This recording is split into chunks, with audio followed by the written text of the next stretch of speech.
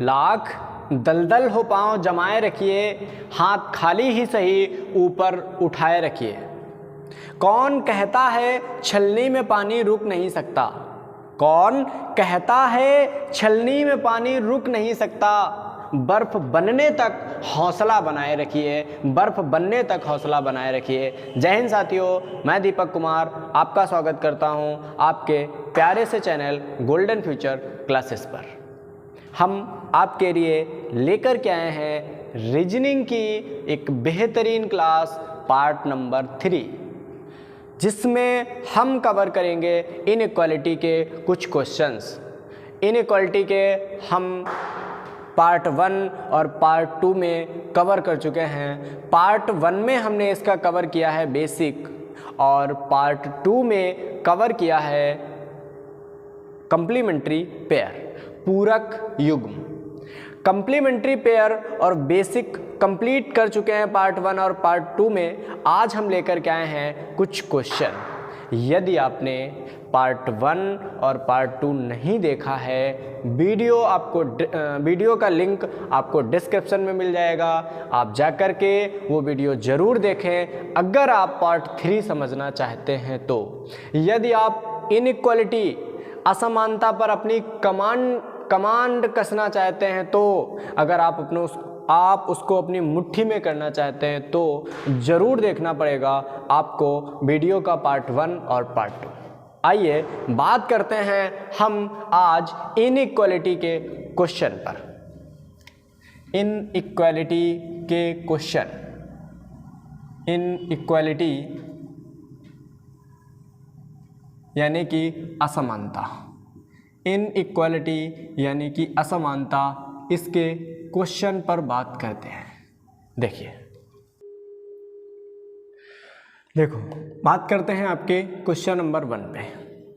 कथन दिया है b छोटा है या बराबर है n के, n छोटा है d से, कथन 1। इसी में दूसरा भी कथन दिया है k बराबर है r के, r छोटा है d के, d छोटा है या बराबर है w के। देखिए निष्कर्ष पहला, n बराबर है r के। निष्कर्ष दूसरा, b छोटा है w से। हमें जो निष्कर्ष निकालना है वो n और r के बीच निकालना है।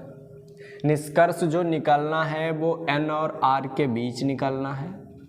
n और r के बीच निष्कर्ष निकालने से पहले हम ये देखेंगे दोनों कथन में कॉमन क्या है। दोनों कथन में कॉमन क्या है? अगर हम दोनों कथन में कॉमन की बात करते हैं तो दोनों कथन में हमें d कॉमन मिलता है। दोनों कथन में d उभयनिष्ठ है। जो उभयनिष्ठ d ये निर्धारित करेगा n का r के साथ क्या संबंध है। एक गांव है, एक दूसरा गांव है।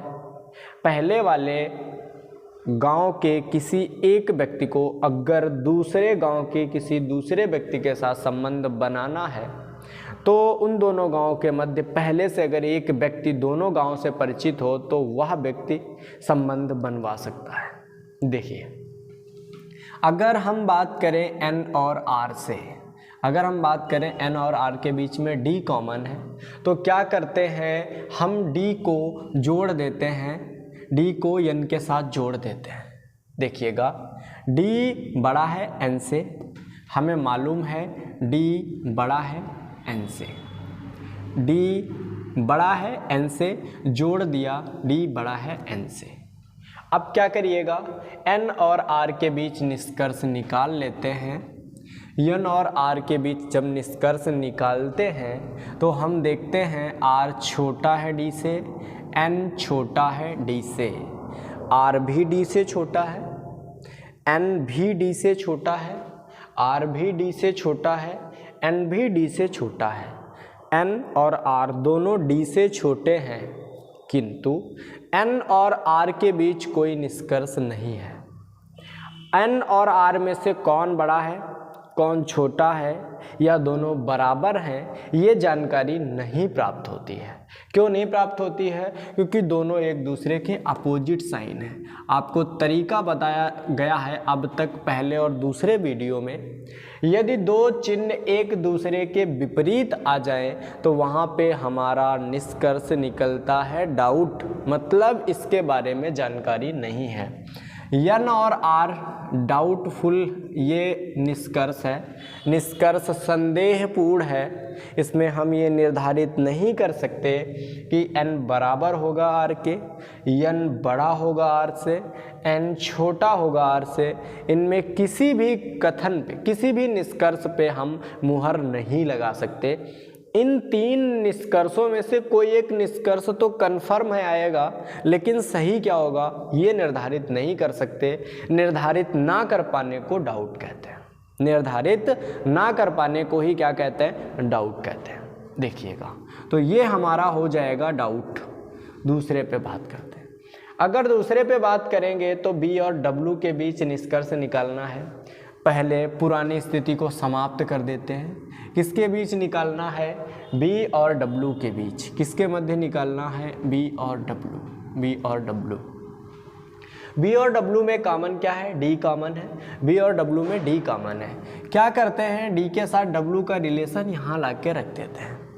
डी छोटा है या बराबर है डब्लू के। डी छोटा है या बराबर है डब्लू के। डी छोटा है या बराबर है डब्लू के। लो रख दिया। निष्कर्ष आप आराम से बी और डब्लू के बीच निकाल सकते हैं। कैसे? देखें आप, एक तरीके के साइन, एक तरीके के साइन, एक तरीके के साइन। ये बराबर का निशान यहाँ भी है, बराबर का निशान यहाँ भी है, किंतु बीच में नहीं है। मतलब बराबर के निशान की पॉसिबिलिटी ख़त्म।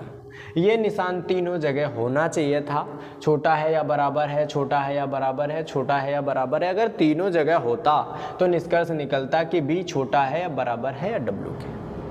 चूँकि ये बराबर का निशान तीनों जगह नहीं है तो कौन सा निशान शुरू से लेकर लास्ट तक चल रहा है? छोटा है।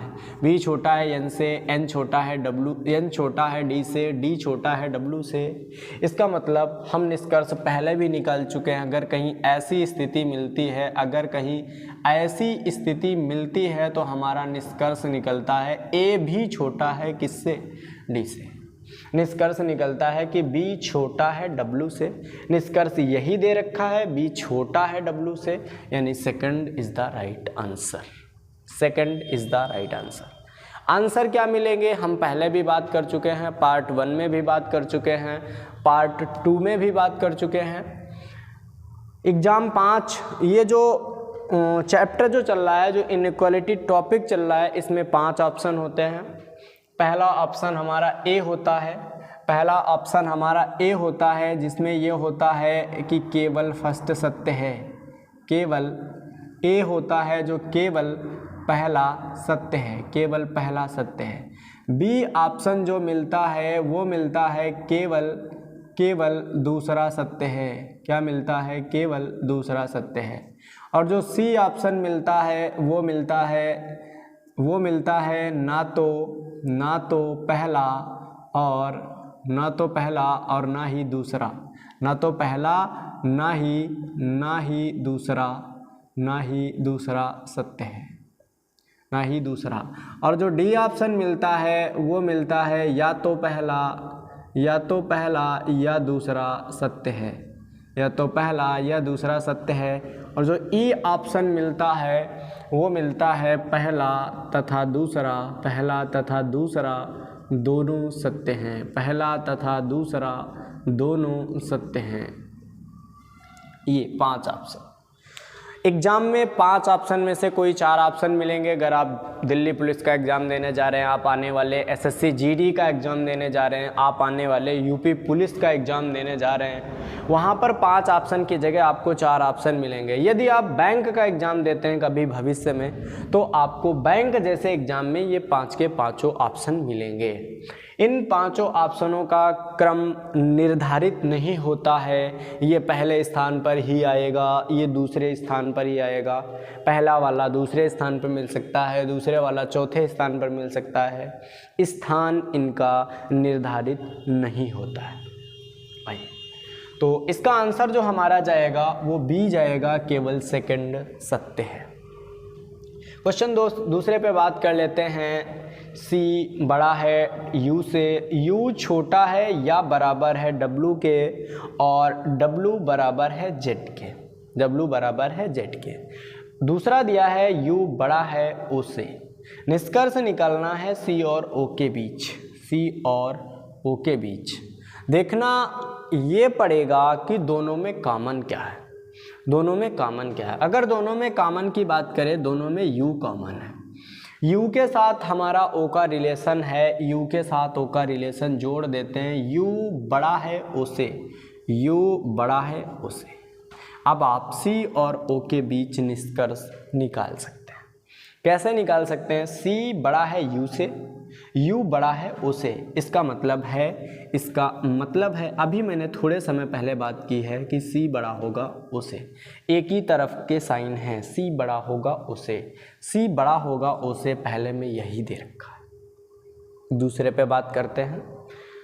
अगर Z और O के बीच निष्कर्ष निकालें, अगर Z और O के बीच तो क्या करना पड़ेगा?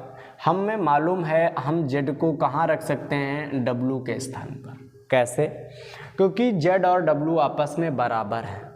अगर दो व्यक्ति आपस में बराबर हैं तो जब चाहें W के स्थान Z को और Z के स्थान पर W को रखा जा सकता है। हमें मालूम है U बड़ा है O से, U बड़ा है O से। लो, U बड़ा है O से। अब आप इन स्थितियों पर ज़रा गौर करें। O छोटा है U से, U छोटा है या बराबर है Z के। अब आप O और Z के बारे में क्या कह सकते हैं?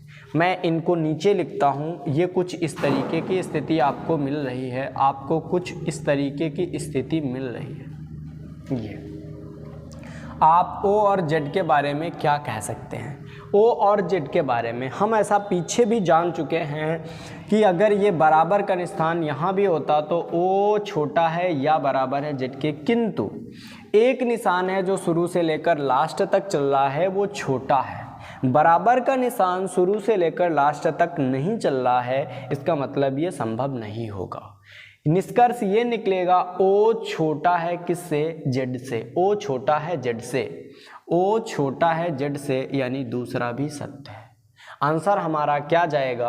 आंसर हमारा जाएगा पहला और दूसरा दोनों निष्कर्ष सत्य हैं। पहला और दूसरा दोनों सत्य हैं, यानी option number E।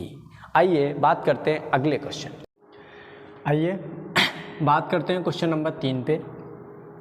Question number 3 कथन दिया है R छोटा है या बराबर है C के, C छोटा है या बराबर है J के, J बराबर है T के, T छोटा है या बराबर है P के, P बड़ा है Q से, Q बड़ा है या बराबर है H के। निष्कर्ष, पहला निष्कर्ष निकालना है R और P के बीच, दूसरा निष्कर्ष निकालना है P और R के बीच। निष्कर्ष पहला कहता है R छोटा है P से, निष्कर्ष दूसरा कहता है P बराबर है R के। देखिएगा R और P इन दोनों के बीच निष्कर्ष निकालना है। आप देख पा रहे हैं एक कीवर्ड है आपके सामने, बराबर का निशान। J बराबर है T के, तो आप क्या कर सकते हैं? J को उठा के रख सकते हैं किसके स्थान पर? T के स्थान पर। J को रख सकते हैं किसके स्थान पर? T के स्थान पर, यानी जो आपका T है वो J बन जाएगा। यहाँ पर इसको हटा देते हैं, बराबर T इधर लिख दो और इस J को रख देते हैं T के स्थान पर, तो परिस्थिति कुछ आपकी इस तरीके की तैयार होगी। J को रख दिया T के स्थान पर। लो, निष्कर्ष आप निकाल सकते हैं। निष्कर्ष आप निकाल सकते हैं R और P के बारे में। निष्कर्ष निकाल सकते हैं। देखो R बड़ा है या बराबर है C के, R छोटा है या बराबर है C के, C छोटा है या बराबर है J के, J छोटा है या बराबर है P के। निष्कर्ष निकल के आता है R छोटा है या बराबर है P के। यहाँ से निष्कर्ष हम निकाल पा रहे हैं, जबकि क्वेश्चन में निष्कर्ष दिया है R छोटा है P से। कथन कहता है, कथन का मतलब माँ बाप, कथन का मतलब है माँ बाप। उसके माँ बाप बताते हैं R या तो छोटा है या बराबर है P के, जबकि निष्कर्ष निकालने वाले निष्कर्ष निकाल के दे रहे हैं, कह रहे हैं R छोटा है P से। माँ बाप डिसाइड नहीं कर पा रहे हैं कि R जो है वो P से छोटा है या फिर R P के बराबर है। लेकिन निष्कर्ष देने वाले बता रहे हैं, साफ साफ जाहिर कर रहे हैं, निर्धारित कर रहे हैं कि आर छोटा है पी से, आर छोटा है पी से। डाउटफुल। जब माँ बाप इसके बारे में सही निर्णय नहीं ले पा रहे हैं तो हम आप कैसे निर्णय ले सकते हैं? दूसरा दिया है P बराबर है आर के, हम आप निर्णय ले रहे हैं P बराबर है आर के। कथन कहता है P या तो बराबर है आर के या तो P बड़ा है आर से, या तो P बड़ा है आर के या तो P बराबर है आर के, जबकि निष्कर्ष डायरेक्ट कहता है P बराबर है आर के। कथन में ही श्योर नहीं है, निष्कर्ष कैसे श्योर हो सकता है? डाउट है, डाउटफुल है, संदेहपूर्ण है। दो संदेहपूर्ण हैं और दोनों में बात आर और पी के बारे में।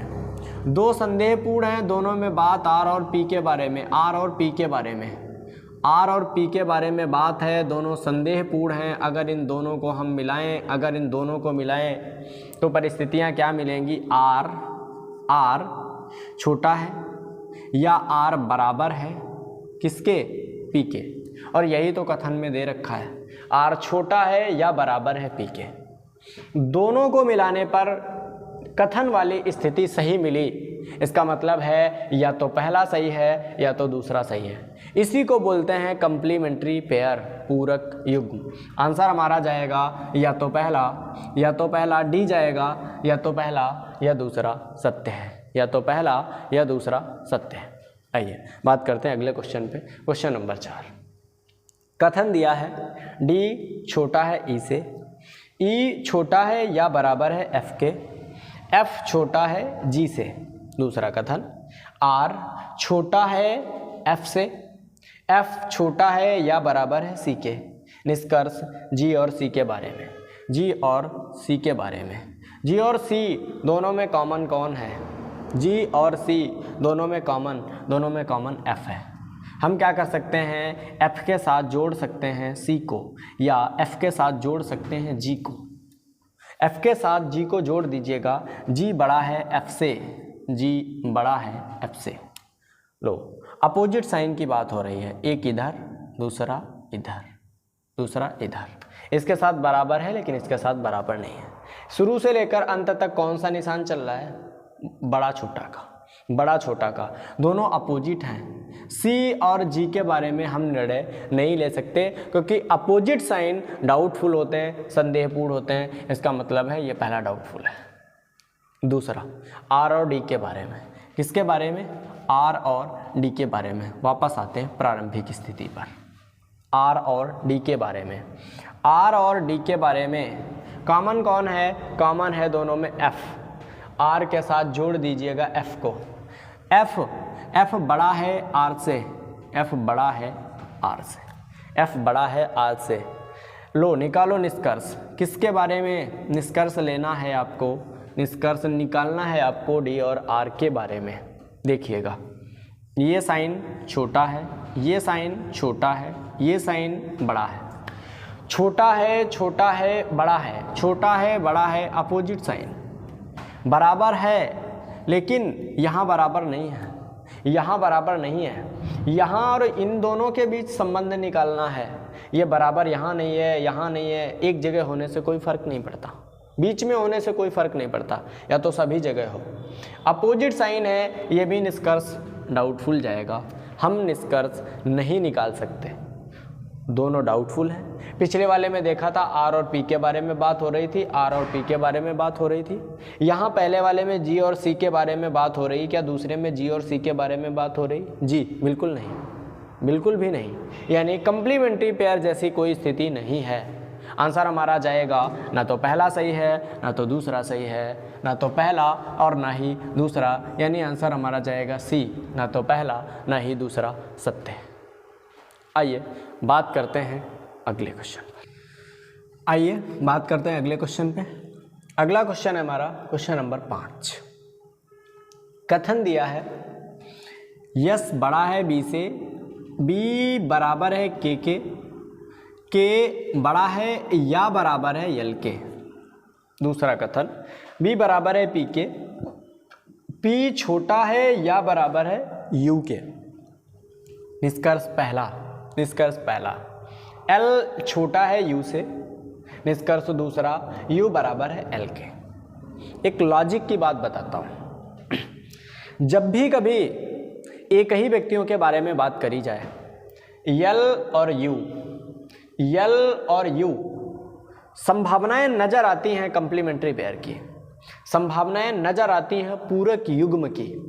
लगता है या तो पहला या तो दूसरा सही होगा, लेकिन डायरेक्ट निर्णय नहीं ले सकते। हो सकता है कथन के आधार पर केवल पहला ही सही हो जाए। अगर पहला सत्य हो जाएगा तो दूसरा गलत माना जाएगा। अगर पहला गलत हो जाएगा तो हो सकता है दूसरा सही हो जाए, हो सकता है दोनों गलत हो जाए, कोई तीसरी स्थिति सही हो। अभी हम निर्णय नहीं ले सकते, लेकिन अनुमान हमारा है कि कंप्लीमेंट्री पेयर बन सकता है। कैसे? यल और यू के बारे में बात हो रही, यल और यू के बारे में बात हो रही है। यहाँ यल छोटा है, यहाँ यल बराबर है। दोनों स्थितियाँ एक साथ नहीं आएंगी, या तो पहला या तो दूसरा होगा, या तो दोनों में से कोई एक सही होगा, दूसरा गलत होगा। दोनों कभी एक साथ सही होने की स्थितियों में नहीं है। आइए बात करते हैं।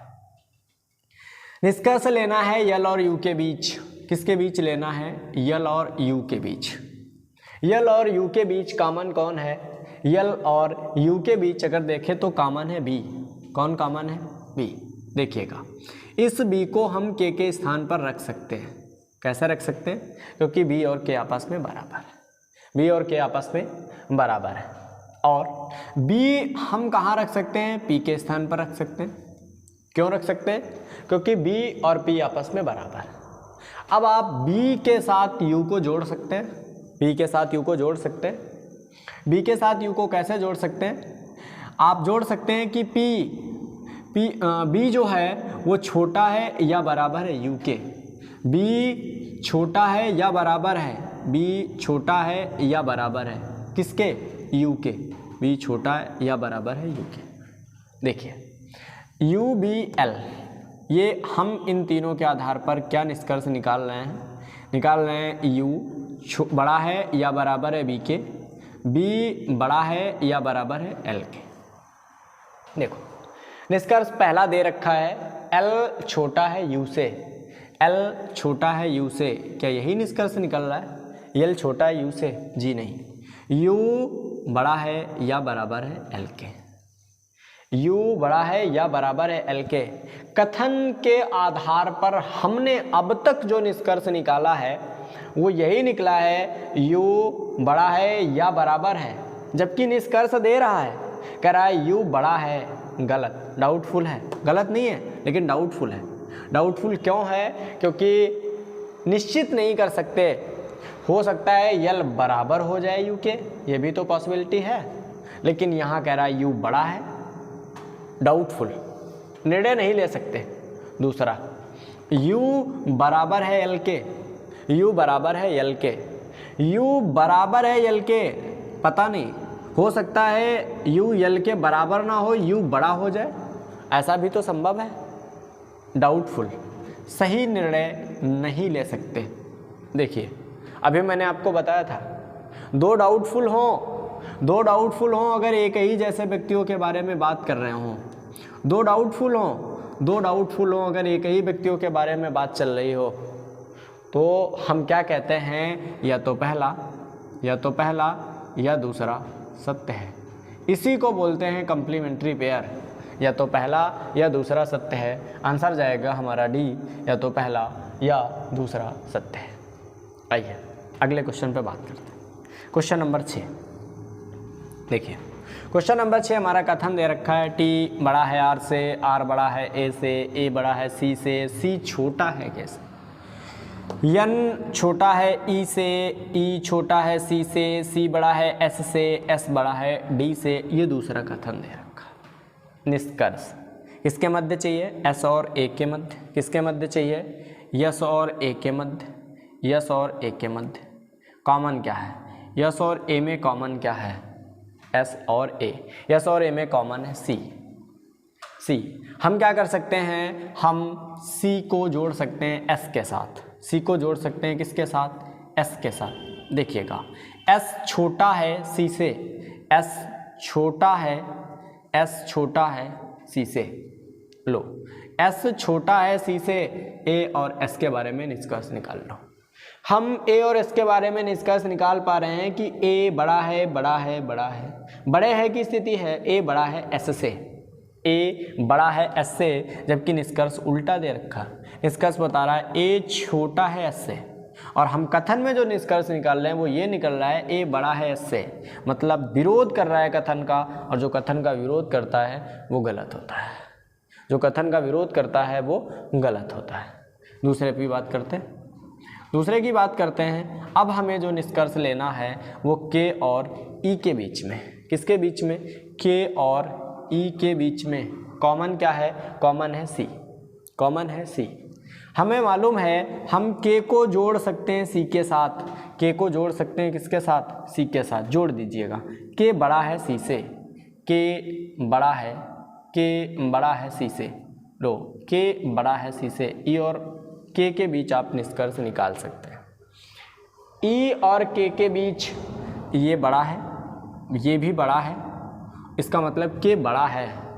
के बड़ा है किससे? ई से। या कह सकते हैं ई छोटा है के से। ई छोटा है के से, यहाँ भी दे रखा है ई छोटा है के से।